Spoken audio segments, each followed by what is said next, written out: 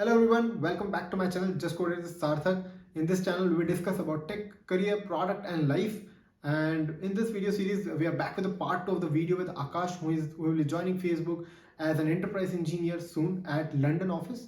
So we will deep dive into his story and his strategies and methodologies for preparations. And अगर अब तक हमने part 1 check नहीं करा तो यार I will put this link here somewhere. Check that out first so that you can get to know about his story at Adobe and Oracle. And आज की वीडियो काफ़ी इंटरेस्टिंग है क्योंकि इसमें हमने बहुत सारी और चीज़ें डिस्कस करी है कि what are the 5 pointer methodologies if he used, what are the strategies that he used for let's say OS DBMS, and what is the importance or significance of system design. Is it just to mug up for the interviews, or is it like how you should treat and solutionize for every problem in the company? Because आपका system जितना scalable होगा, जितना optimized होगा, it will be helpful for the company itself. So we will discuss all of these things in this video particularly, and you will get all the success mantras that he has been following for his journey at software engineering at Facebook London. So without further ado, let's start with the video.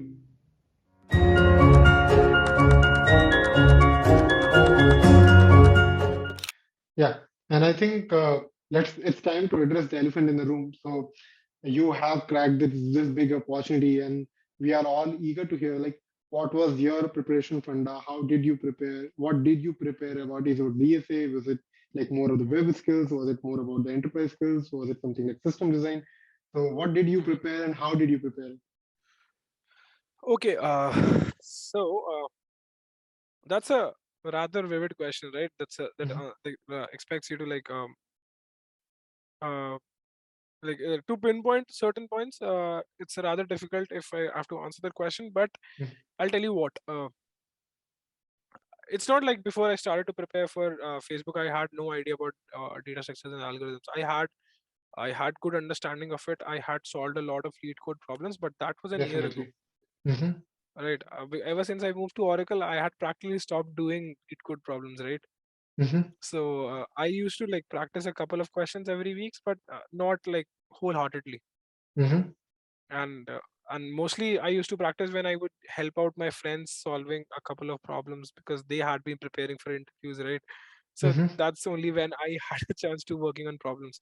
So so what happened was when I got this opportunity with Facebook, what I did was like I thought like why not go for an approach where I would rather focus on how to prepare for Facebook. So I went through a lot of articles, right, and I tried to understand what Facebook is looking for. I looked up a lot of questions, Facebook tagged questions on lead code, right.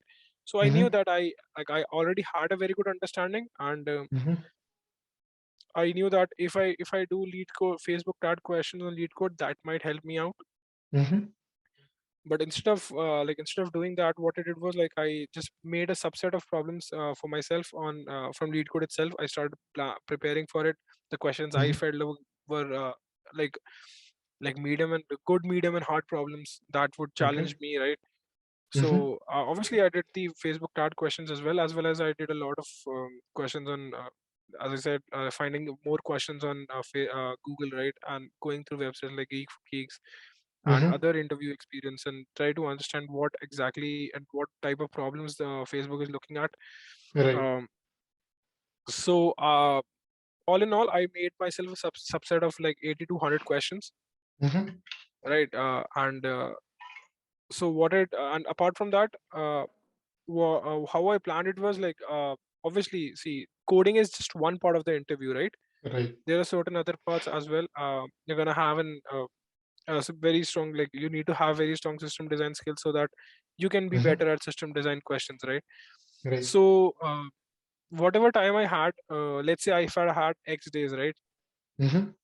So out of those X days, I planned like out of like at least 30 to 40% I'll give to the coding practice what they need to do because I wanted to get back into practice, right? Right. I had practice, and because at Oracle I was mostly working, not working with C++, and I was good at C++. So to get back into working with C++, I had to practice a few questions, not a few, a lot of questions to get back into practicing with working with C++. So what I did was like I started like with the subset of problems that I did, I felt like I had to do these questions in 40% of those X days. let's say if I have like a month, I'll give 15 days to coding. Not even 15 days, like 10 to 12 days to coding. And once I was done with practicing all the questions, I felt like I had the confidence now. That's when I thought like after giving 10 to 15 days to coding, I'll give another 10 days to system design.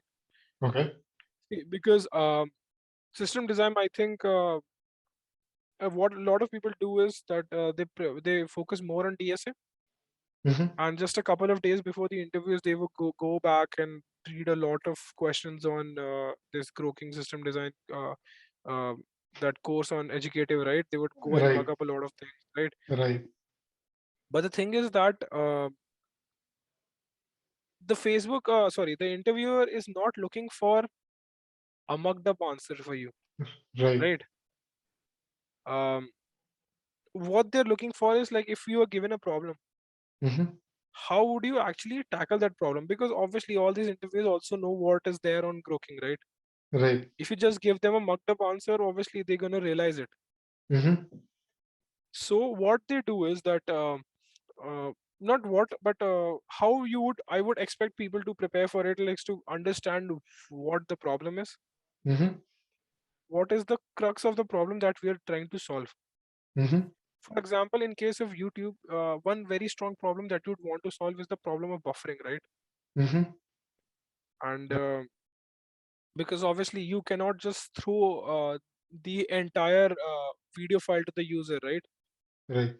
Obviously that the user may or may not watch the entire thing at once. They want to Right. see the first 10 seconds of it, or the first 20, or maybe a minute or so, right?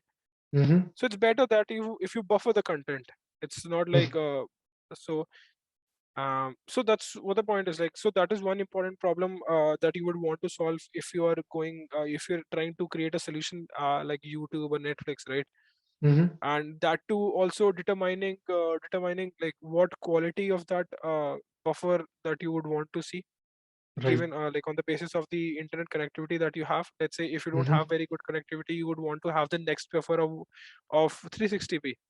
Right. And if once the quality gets better, you would want to see it in 720p or 1080p, right? Right. So so basically the point here is that every problem has those two or three problems that require your attention. Mm-hmm. For example, in case of Instagram also, right, you uh, the one problem that you can target is your news feed generation, Mm-hmm. or how to go ahead with recommendations. Okay. So every system design question that you're going to have might have one or two problems that will be very specific to the question, right? For Mm-hmm. example, just one last example is like in case of movie ticket booking system, right? Mm-hmm. There's a very strong problem of concurrency. What if two people try to book the same ticket, Right. right? So that concurrency problem, right? So as I'm trying to say, every problem has that one or two problem which are at the crux of the interview, Right. right?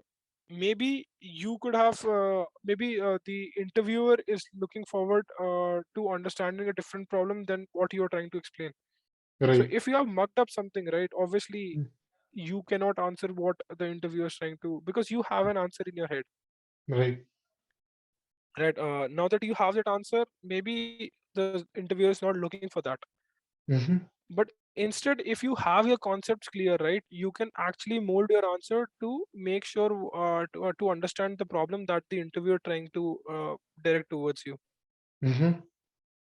So my point here being is that it's better to understand the solution, right, Right. and create a solution for yourself.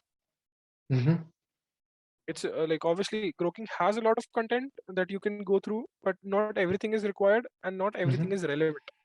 Right. Yeah, it's a good solution, but it's not the like obviously there is no perfect solution, but it's not your solution, Mm-hmm.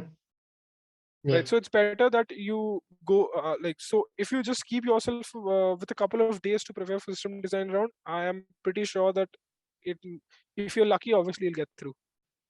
But Right. to increase your chances, it's better that you give yourself an ample amount of time just so that you can prepare for it. Mm-hmm.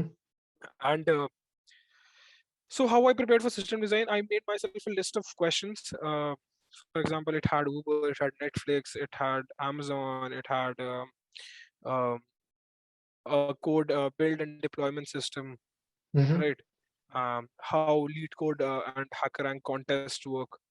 Okay. So I had a list of like 10 to 15 problems that I need to get wrap my head around, and Mm-hmm. also I apart from that I made myself a flowchart kind of a thing. How am I going to answer those questions? Mm-hmm. Like for example, the first step can be discussing the functional and the non-functional requirement with the interviewer, Okay. right? And the next step could be to understand the scale of the system, right? Obviously, if you Right. are, let's say, if I'm trying to make something like YouTube, right, which can either be country specific Mm-hmm. or could be distributed over a large geographical location, right? Right. But before I can get into the design of the system, I need to understand what is the scale of the system, how many users would be there, how many Mm-hmm. across how many geographical location would the system be deployed, or Mm-hmm. what is the storage capacity that I'm looking forward to. So that that kind of things can be discussed with the interviewer. Right. Then I would want to understand, like, I would want to discuss it with the interviewer, like, what would be the database design, right? Mm-hmm. What are the different entities that are actually interacting in the system, right? For example, in case of Uber, let's say, you would Mm-hmm. have uh, some information about the rider, some information about the driver, and so basically these riders and driver interact whenever there's a journey. Right. So I would want to have a database for the journey as well, where I can have Mm-hmm. the driver and the rider primary keys as the foreign keys in the third database, the journey database, right? Right. And how, like, what was the pickup point, what was the destination, how many um, stops were there in between the Mm-hmm. start and the end point, what was the Right. route that was taken, what was the money that was collected from the rider. So all Correct. these things can be captured, right? Apart from this, the next thing that people usually discuss is like having a high level design Mm-hmm. and understanding then, like, once the understanding the high level design, how. So basically the idea behind creating a high level design is to see if the problem is the problem that we have in hand, let's say Netflix or Uber or Google search or querying system, something like that, right? Whatever problem Mm. that is what you have in hand, if it's getting solved by the initial idea. Okay. So the initial high level design that you give to the interviewer is something that should solve the problem. Mm-hmm. Right. That if I'm given limited amount of input, the system should work. Right. But the thing is that in real time or in production, obviously not everything works as per your expectation, right? Correct. So in that case, if the load increases or if the number of requests increases, right, what Mm-hmm. would be different bottlenecks or single point of failures, right, Right. that your system would encounter. Mm-hmm. So once you have given a high level design, you need to understand what are the different bottlenecks that you might take some steps to resolve. Mm-hmm. Right. So you need to discuss those bottlenecks. You need to discuss what are the single point of failures. Let's say if there's just one server which is receiving all the traffic, right? Obviously, there's a very Right. strong chance at some point of time, if the load is a lot of incoming requests, that server would fail, right? Right. In that case, just removing that single point of failure, having multiple copies of the server behind a load balancer, that itself also is a solution to having a single point of failure, right? Right. So all these things need to be discussed, and once you are have now you think that you have solved a few bottlenecks, right, and you cannot Mm-hmm. think of any more. It's advised that you jump onto any specific service and deep dive into that, right? For example, as I said, in case of Instagram, how the news feed would be generated Mm-hmm. and how the recommendations work, or how is like and comment stored, right? Correct. And how to one good bottleneck example, just I recalled, is like how to handle viral content or any viral Mm-hmm. user, Right. right? Because the this the server on which this viral users content is stored, right, Mm-hmm. that would become a hot zone. Right. So in that case, how this needs to be handled. So all these things can be discussed with the interviewer, at the end, like, obviously, and one more thing, in the Groking system design interview course, right, Mm-hmm. uh, there is a hell lot of information, Right. and obviously that all of that information cannot be captured in a 45 to 1 hour interview. Mm-hmm. So you need to understand what the interviewer wants to know. Right. That's a very important part of giving an interview, is like to understand. If you start giving all this sort of irrelevant information, right, Mhm. that is not the scope of the interview or not the scope of the problem itself, Mhm. that is definitely not going to work in your favor. Correct. Makes So sense. what you need to understand is that what, because it's a conversational style interview, right, system design, you need to Mhm. understand what the interviewer wants to discuss about. You Right. need to take the interviewer's feedback. For example, Mhm. if you're working on this uh, a URL shortener, right, Right. you can have APIs for shortening the URL or getting the long URL out of the short URL. You can have APIs for that, so that it Right. can be done in a programmatically way rather than going through the UI and doing it, right? Mhm. So you need, but maybe the interviewer is not interested in learning about the API designs. He is more interested about learning how you would solve any particular problem. Right. So you need to understand what the interviewer wants to know. So yes, Mhm. but that will only come after a lot of practice. Correct. So Makes as I sense. said, I gave myself good 10-15. I usually give myself to get good 10-15 days to understand every solution. And Mhm. even after understanding the solution, I make myself a lot of pointers, like uh, what are the different bottlenecks I see in this system, what is the high level design, after solving all Mhm. these bottlenecks, what would be the final design. Mhm. Also, what could be certain future amendments that can be done to the system that can make the system better or Mhm. more efficient or more optimized or more smart, more smart, or maybe like smarter in terms of suggesting better content to the user. Correct. So what all can I add to the system to make it even better? Mhm. So those future improvements also you need to keep a track of, right? Because obviously you Right. cannot discuss everything in 45 minutes, right? Correct. So that is a kind of approach that you need to have.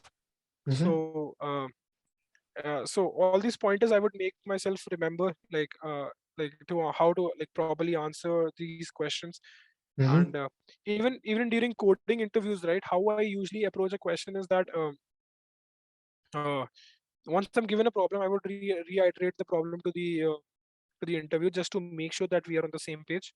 Mhm. Once their understanding of the problem and my understanding of the problem are exactly the same, I would go on to see if like obviously if they are giving a question, they might give you a couple of inputs as well, right, and the Mhm. couple of outputs as well, just to understand what is the input and what is the output of the problem, and how to understand like what exactly is happening in the question. So Correct. apart from those given interview inputs, obviously there can be certain inputs that would break your logic, right? Mhm. So you need to understand what is the extremes of the input that can come to the system, as in to Mhm. the coding problem. So you need to talk about that. After that, you can probably get into giving them a brute force approach, making them Mhm. understand what the problem with this approach is, how bad is the Mhm. space and time complexity, and how that can be made better. Mhm. What would be the optimized approach, and what would be the new space and time complexity, and how the old and the newer space and time complexity different, Different. Right. right? And after having this kind of discussion, only because I believe like code writing the code is just a very small part of the coding question, Mhm. right?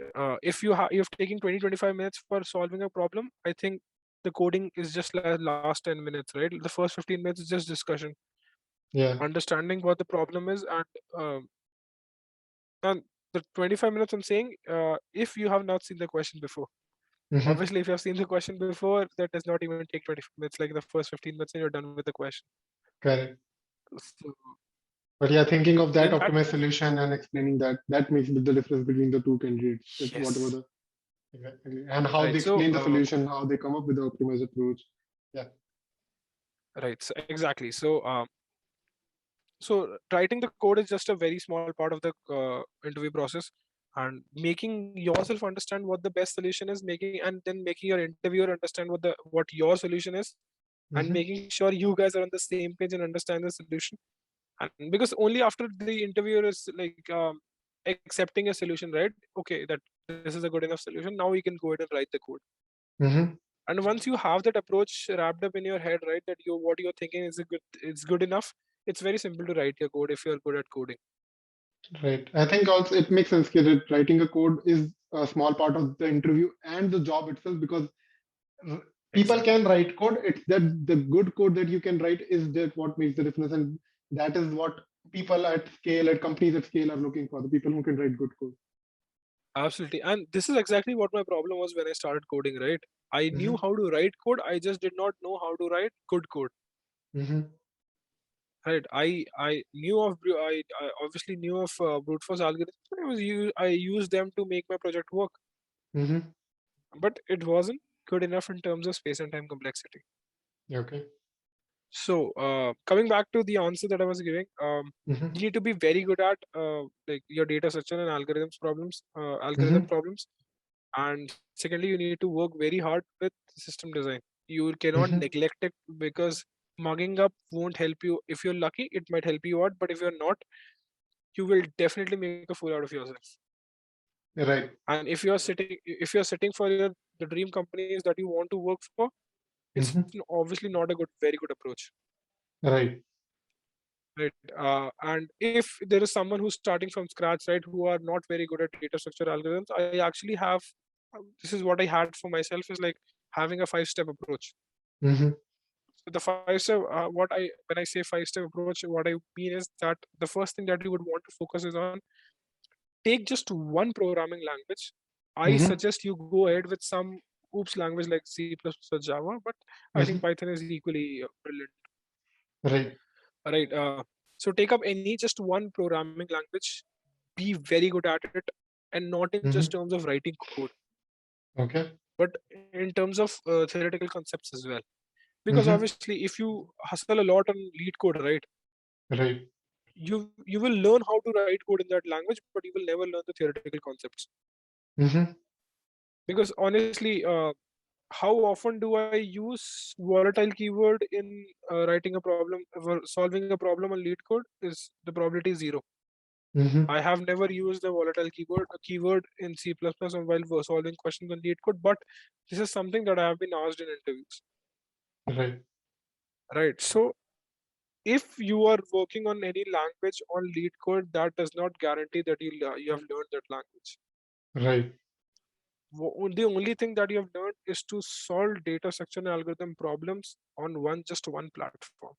Yeah, and that is just like one piece of the cake, right? The language is Yes. wholesome. You have to know Right. in a So holistic view. exactly. So what you have to do is you have to work yourself enough so that you have to work hard enough so that uh, you know the theoretical as well as the coding part of the language, right? Okay. So just learn the theoretical concepts as well, and because interview is not just about writing code. They tend to understand. They ask, like a lot of interviews ask you about like if you say that you're good at C++, right? They're gonna ask you questions that like what is a virtual function, right? Right. Now, if you have written code on just on lead code on C++, right, you will definitely never know what virtual function is, Right. right? How inheritance works on in C++, right? What's the const keyword, what's static, what volatile. So all of those things you cannot learn on lead code. Right. You need to dig deeper into the language to understand how things are actually working. Right. So that is the first part of it. You take one language, learn from uh, write a lot of code in that language, as well as learn Yeah. the theoretical concepts as well. Yeah. Second thing is read more about data structure and algorithms, right? And when I say read about data structure algorithms, I do not mean try to use them. For example, the first problem, lead code two sum problem, I think there's obviously a n square solution to it, but that is not good enough, so we tend to use a hash map for it. Now people go and abruptly use a hash map without understanding how an hash map works. Right. And it is a very common question in a lot of companies, and definitely a lot of product companies, to uh, to make you sit and create a hash map. Right. But when you're solving just problems on lead code, right, you would not learn how these data structures are actually implemented in your language. Right. Definitely. Right. Whatever language you're choosing, you need to understand how these data structures are implemented in that language, be it any data structures. how are Right. like let's say in case of C++, how are vectors implemented, how are sets implemented, how are ordered and unordered map implemented, right? You need to have that understanding, Mm-hmm. right? And once you feel like you have a good enough understanding, there's also one important thing that you need to learn is calculating the space and time complexity. Mm-hmm. Right. So obviously, for given algorithms and data structure, you can definitely learn the space and time complexity. But can you reduce the space and time complexity of an algorithm that you have never seen before? That is a Yeah. very important part of, like, obviously if you're solving any question in an interview, right? At the end of that interview, or that question specifically, the interviewer is gonna ask you what the space and time complexity is. Yes. And there will be complicated cases where there will be multiple algorithms working in the same problem. Yes. So you will need to deduce that based on that calculation out of these two, how which one has a higher complexity and which will be used, which will make Yes. sense. Because that is where the crux and of the question lies, is because that's what you have to optimize for, right? Right. And before you can decide what approach is better to solving a question, Mm-hmm. is you like the basic parameter of deciding what solution is better is the space and complexity is, right? Mm-hmm. So Right. if you have to compare two approaches, you will compare them on in the terms of space and time complexity only, Mm-hmm. right? Right. And if you're not able to calculate that itself, obviously there is no chance that you can decide which algorithm is better at solving your problem. Right.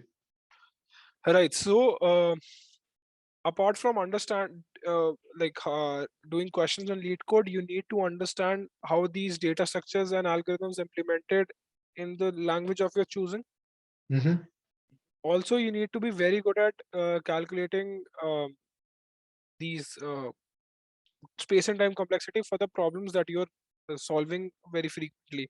For example, Mm-hmm. I remember initially I had problems with finding the time complexity in problems uh, where the time complexity was rather logarithmic, Mm-hmm. right? For example, in case of merge sort, or in case of binary search, right? In Mm-hmm. these cases, I usually had a problem in understanding what the calculating the time complexity is. But obviously, if you spend enough time, you will learn it, right? Right. Right. It's all So matter that of is time, that how you spend and how you learn about exactly. and give it more time, right? Mm-hmm. Exactly. So that's what you have to do. Again, these two things: understand how the data structures and algorithms are implemented in the language of your choosing, as well as work on understanding how space and time complexity are calculated. Mm-hmm. So now this part, right? The first two pointers will definitely get you through coding interviews. Correct. But between the coding interviews, there can be a chances where there becomes more of a discussion rather than an interview. Mm-hmm. And whenever this interview becomes a discussion rather than a coding interview, right? Mm-hmm. That's when theoretical knowledge comes into picture. Right. Theoretical knowledge in terms of your OS concepts, your Mm-hmm. database concepts, and your computer Mm-hmm. network concepts. Correct. Right. It's I have interviewed with a lot of product companies which focus a lot on OS, Right. and a lot of them also focus on database. I have seen very limited companies who asking me, like, this is my personal experience. Very limited companies have asked me questions on computer networks. Mm-hmm. But if you're targeting a company that is specifically working with networks, I think computer network questions are very common, Right. right? So apart from being good at coding, you need to understand other CS fundamentals as well. And when I Definitely. talk about Mm-hmm. CS fundamentals, you would want to focus on more on OS concepts as well as uh, database concept and computer networks. When I talk about OS, you would want to understand what multi-threading it, what is deadlocks, what is starvation, what are the different queues that are picture, and Mm-hmm. what how you would solve deadlocks, what are race conditions, all right? Mm-hmm. So all of this you would want to understand when you're trying to learn more about operating system concepts. And in Mm-hmm. case of database, you would want to understand exactly like the differences between SQL and NoSQL databases, right? and a very strong knowledge of SQL is definitely required. Right. Right. Also, you would want to understand what normalization is, what indexing is, what asset properties are. Right. So all of Right. these are just basic theoretical concepts that do require for you to learn them in depth. Uh, Obviously, you can read about them and have a superficial knowledge, but that would not help you out, right? Right. That's what So it's everybody is doing. You necessary. have to do something extra. You have to dig deeper. Right. So basically, these are the 5 steps that I spoke about. First is be good at any one programming language in terms of coding as well as theory. The second is to be good at your data structure and algorithm problems and understanding what the trying to calculate what the space and time complexity are. Then third one is you need to be very good at your OS concepts. Fourth one is to be good at database concepts, be it relational or be NoSQL database. You need to study more about it. You need to understand. So one very specific question that comes in system design interviews, like what database are you choosing to solve the Correct. problem that you have in hand, right? Right. And to understand what, like if you're gonna go with a SQL database or a NoSQL database, that itself needs you to have a very strong understanding, first of all, the difference between the two databases, then secondly the problem that you have in hand. Correct. Because all the databases, be it relational or different databases in NoSQL domain itself, right, all of them have their benefits, but they do all of them do have their trade-offs as well. Correct. And they too So target to certain categories of problems. Right. It's a banking problem. It's right a Netflix problem or a YouTube problem. It's a Facebook type of problem. right Right. So they have different use cases. Right. yes, and so to understand what database you're going to use in your solution, like to make that kind of decision, you need to have very good understanding of different type of databases. Right. Definitely. So right, obviously this is all theoretical knowledge, right? Obviously, if you and the practical knowledge would come only if you start working on them. But obviously, I have never worked with Cassandra, but obviously I know a few things about Cassandra. So the thing is that you need to be aware. Right. Without being aware, you cannot make a conscious decision. Like you need to at least be aware enough to look in the direction, like to look in the right direction. Right. So it's not like you know something and that would suffice, and that would help you out in every scenario. You need to be Right. aware, like you need to keep yourself updated and aware, like what all different technologies are there that might help you in a certain problem. And that's how Right. you So grab like the whatever the hints that interviewer is dropping in, you can also grab it and pick it up and make your own solution over there, right? absolutely, because obviously in interviews also, like see, even to catch up on the hints that an interviewer is giving, right, you need to be aware, you need to be updated, Right. right? So that is something you need to have. And the fifth thing is, and I honestly consider computer networks optional for certain companies. If you know the basics, that would be more than enough. Not every company is going to ask you about computer networks in depth. So, and the fifth thing that I suggest is to learn a lot about system design. Read as many articles as you can, solve as many problems as you can, create and understand, watch as many YouTube videos as much, like even if you can watch like 10 videos a day, I'm definitely gonna tell you that it's not gonna be enough. Right. The more you know, the better it's gonna serve your cause. Yeah, definitely. And as you mentioned earlier, like that was supposed to be one of the questions that I had in my mind. People these days focus more on DSA part of it in the coding questions, and they just give minimum time to system design just to crack the interview itself. Right. But I've seen that like companies need good system designers. They are working at the scale, and they need like they use it on the very frequent basis. That to have a very good system, robust system built up and thought about system that can handle the scale, next versions coming in V2 V3 that can have certain improvements, that is more thought of the future optimizations as well. So yeah, makes sense to have as much as depth knowledge can be grabbed for system design, because I don't think it is going to give you like it's a waste of time. It's definitely going to help you in work itself apart from cracking interviews. Yes.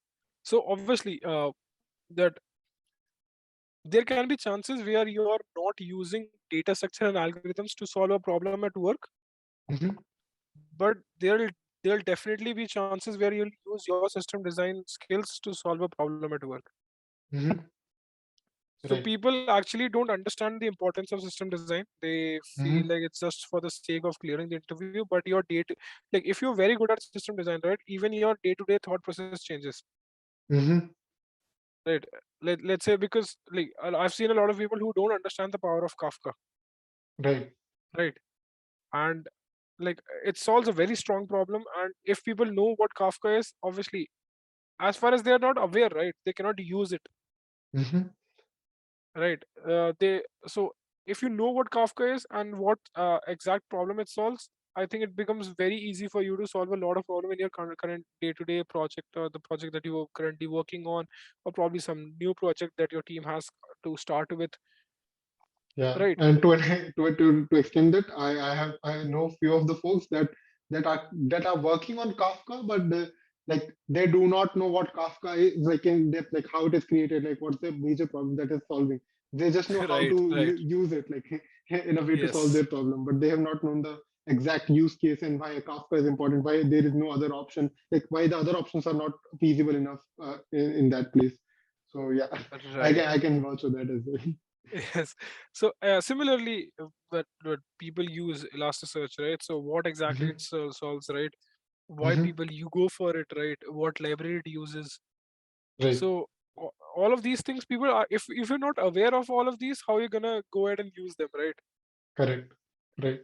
What people don't know that the wheel has been invented, and they try to go ahead and like reinvent Reinvent the the wheel, wheel. So true. right? I think that is so true. Right. Right, so it's obviously needed for you to be aware of the technologies that are there in the market, and what exact problem that they're solving. And this will only come when you get good at system design by reading a lot of articles and keeping yourself updated. Correct. But this also comes with a caveat. Like people nowadays also, I've seen at least not the experienced folks, but the freshers that have that they know about certain technologies. They have heard their names, but they start throwing those names in the interview itself without knowing Yeah, man, a lot yeah, of that shit is about there. it. I have Yeah. yeah. So I would like this also comes in asterisk. You have to be aware of the technologies, but you also have to be good enough knowledge to quote it in the interview itself, because there could be scenarios where the interviewer might be using it or might have a good knowledge about it, and can you rip your part Absolutely, man. and could set the course for the next whatever the time is left. Yeah. Right, because like if you're throwing a jargon at the interviewer, right? Hmm. So in most cases, the interviewer is more experienced than you, right? Definitely. Right. So if the other person has more experience than you, there's a very strong chance that the jargon that you're throwing at that interviewer, they Hmm. must have heard or worked little bit on it. Right. And if the interviewer starts cross questioning you, right, and if you do not have any knowledge about that jargon that you're throwing at the interviewer, it's gonna not work in your favor. Right. And like you have own like you yourself ended your chance at working at that company in that case. Like Exactly. right. Right. So so basically, I never tend to throw like, and that's what I suggest to the people: don't throw a jargon that you are not very sure of.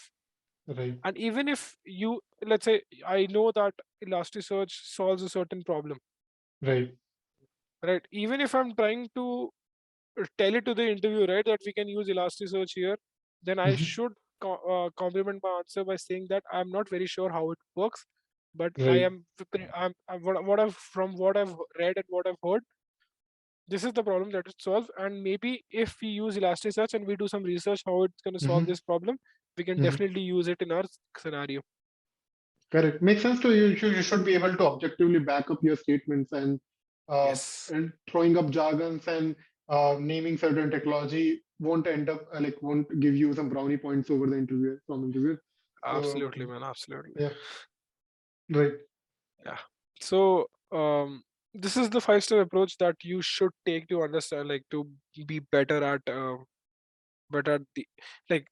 these are like this basically, if you what I believe is, if you take this process steps, right, these 5 steps, it's gonna make you learn the art of cracking interviews. Right. But this again won't make you a good employee or a good engineer. And I think that definitely comes with your own Time. dedication, your own time, that Right. uh, level of dedication that you're ready to show your work. Correct. I have Correct. seen brilliant engineers who don't want to spend time. I have seen rather average engineers who just got brilliant just by spending a lot of time on the technology. Right. Right. So it's more like a state of mind that makes you a good employer, good engineer. Right. But obviously, as far as interviews are concerned, this 5-step process will definitely help you crack a lot of problems. And in terms of lead code, I think 300 or 350 is the golden number. Right. If you have solved like 300, 350 questions, You have given the covered all your like, bases. yes. Yeah. And but given the fact that you have solved problems for every domain, Right. right? And that If too you from have the solved problems, difficulty level on the higher side of it, not the easy ones. yes. Obviously.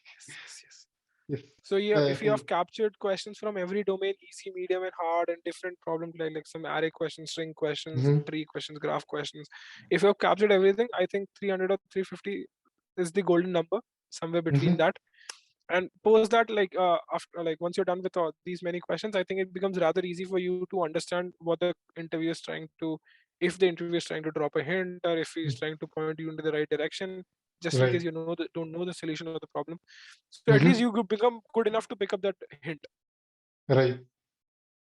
Right. So that is how I prepared, and that is something I would I would not say recommend. That's a huge word. So I would say that is one suggested approach that I would like. I would ask other people to go ahead with.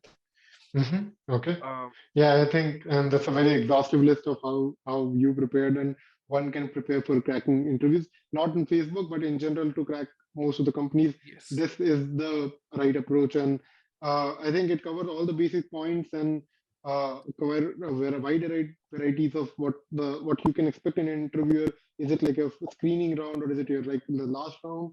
The difficulty level and everything. Is it if you are at a basic level of experience, or if you are like a very experienced professional? I think it covers all those bases, and you have to obviously tweak the certain things and map it according to your skill level in the company that you're targeting. Like that always come with a pinch of salt. But yeah, uh, I think one of the best approaches that you have mentioned, and covering all the bases. So yeah, heads up to all those people who are looking for the 5-star solution. That's what Akash has mentioned right now. Yeah.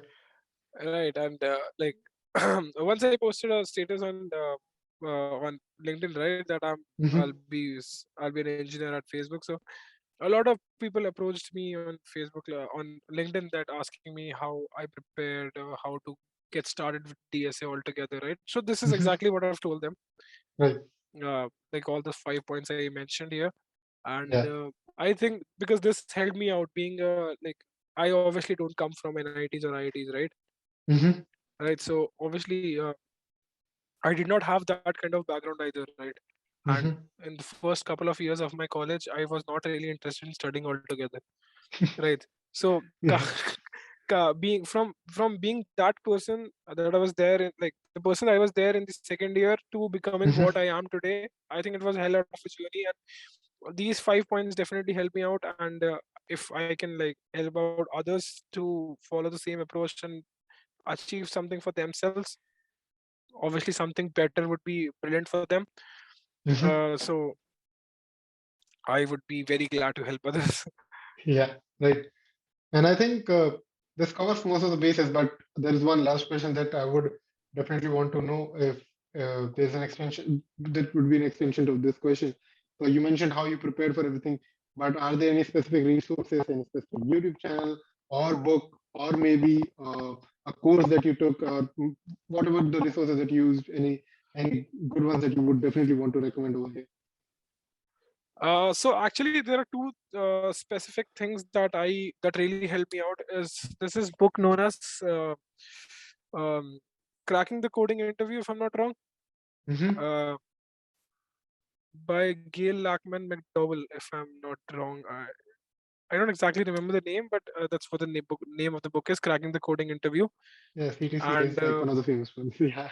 yes. And I think for anyone, like for people like me who are actually starting to work on their coding skill, I think it's a very good starting point.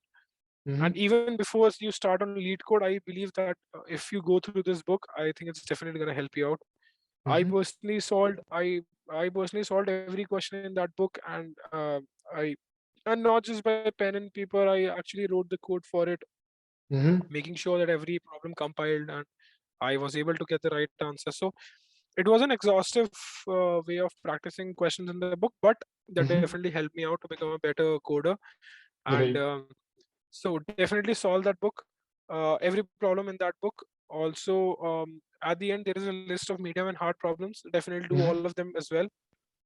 Uh, I was not able, honestly, I still am not able to solve every hard problem in that book. In fact, I'm not able to solve most of the hard problems that I see on lead code. Yeah. But obviously, like if you get the hint right, you obviously have a very good chance in solving those problems. Uh, also, you need to time yourself when you're solving these problems, Right. right? Because as I initially said before the beginning of this talk, that you can definitely solve a problem in like 45 minutes, but in an interview you won't get 45 minutes to solve that problem. Right. So you need to have that stopwatch next to you just to make sure that you solve whatever problem you're solving. You have to solve it within 20 minutes. Right. Because if at your own comfort, if you're solving problems in 45 minutes and then you have to sit for an interview, right, you would honestly panic, because that is something that happened to me. I knew I was very good at solving problems, but at 45 minutes, under 45 minutes. And when I was actually interviewing for companies, I was not able to solve most of the question. And like after 15 or 20 minutes after the interview got over, it actually struck me like, how am I supposed to answer that question, right? Right. So not like I was not able to get to the solution, I was not able to get to the solution in time. In time. Right. That So is very, first very of all, important also. Yeah. yes, time yourself. And then I would suggest that on lead code you have weekly and bi-weekly contest. Do appear for them,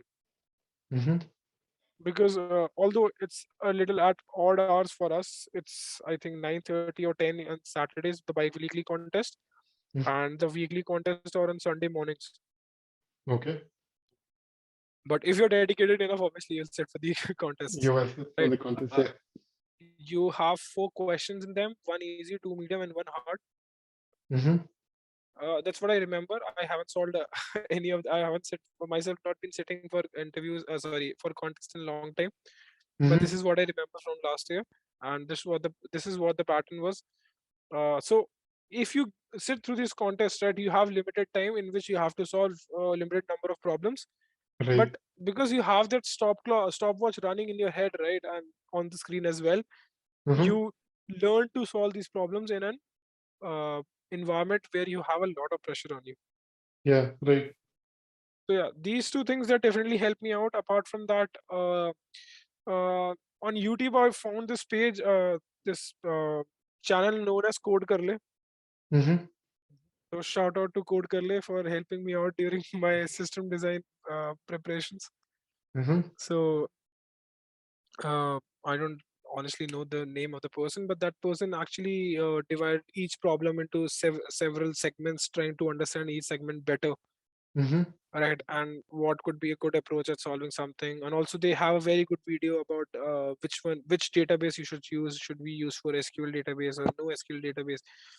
So again, shout out to Code Karle. I You should definitely, like, anyone who's watching this video should definitely check out their channel.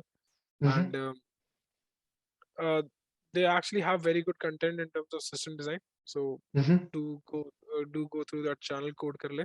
So yeah, that definitely helped me out.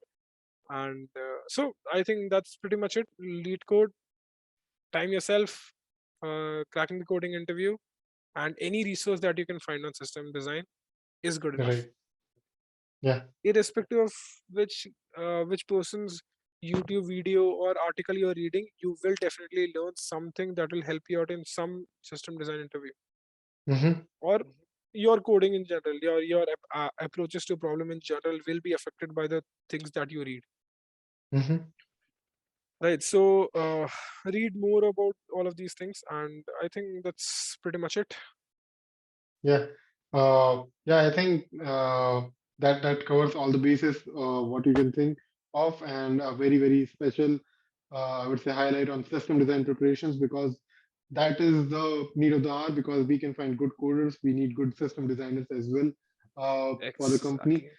Yeah, and product companies are highly like looking for them here and there. So yeah, that's the chance you can grab for. And I think with this, we could wrap this up this session. I think we all got to know how you can prepare for great companies like Facebook and other product-based companies. And it's been very, very helpful for us to know about his journey. Thank you so much, Akash, for coming on this channel and taking out time to share your journey and life experiences with us. And it has been a very, very informative session for me personally. I have learned a lot of things, and this has been very, very helpful for me as well. So yeah, thank you so much. And if you have any parting words to say for the audience. Absolutely, man. Thank you so much, Sarthak, for having me over, and shout out to you as well. Yeah, this is actually a very good initiative because Mhm. yeah, for new coders, right, to understand, because most people don't have the guidance that they would require to become a very good coder, Right. and this effort that you're making to like point out these core ingredients for becoming a good coder, right? Hmm. I think that is a very good initiative, and all the best to you. And thanks again. Thanks for having me over.